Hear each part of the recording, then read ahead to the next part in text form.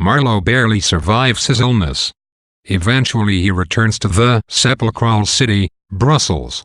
He resents the people there for their petty self-importance and smug complacency. His aunt nurses him back to health, but his disorder is more emotional than physical.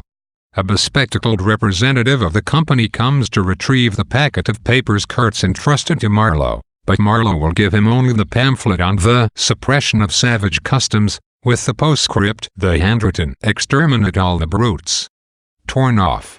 The man threatens legal action to obtain the rest of the packet's contents.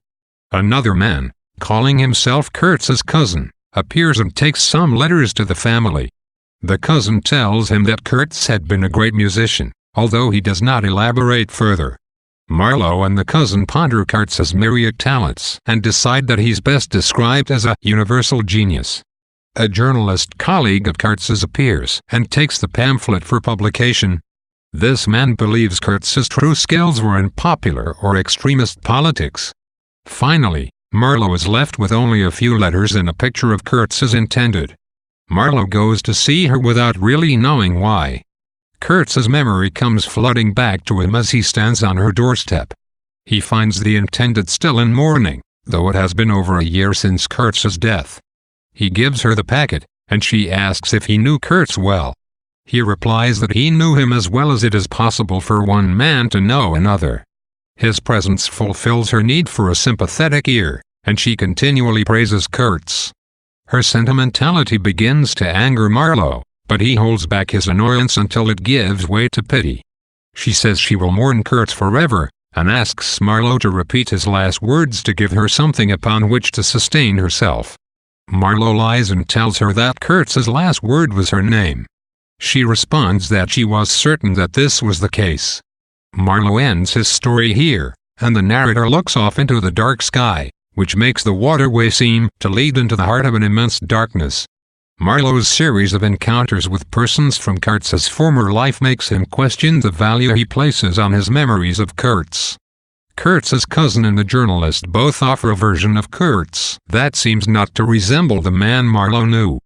Kurtz, in fact, seems to have been all things to all people, someone who has changed their life and now serves as a kind of symbolic figure presiding over their existence.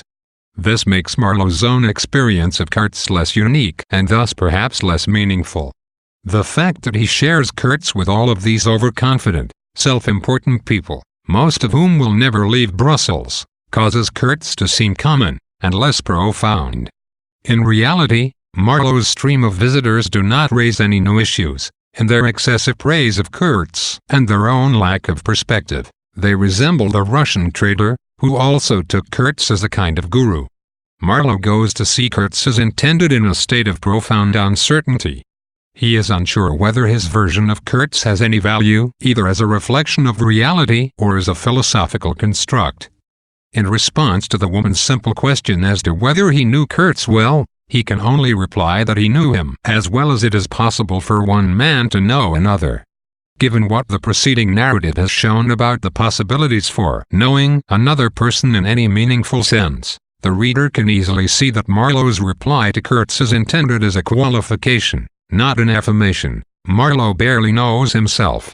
By the end of Marlowe's visit with the woman, the reader is also aware, even if Marlowe is not, that the kinds of illusions and untruths which Marlowe accuses women of perpetuating are in fact not dissimilar from those fictions men use to understand their own experiences and justify such things as colonialism. Marlowe has much more in common with Kurtz's intended than he would like to admit. Kurtz's intended, like Marlowe's aunt and Kurtz's mistress, is a problematic female figure.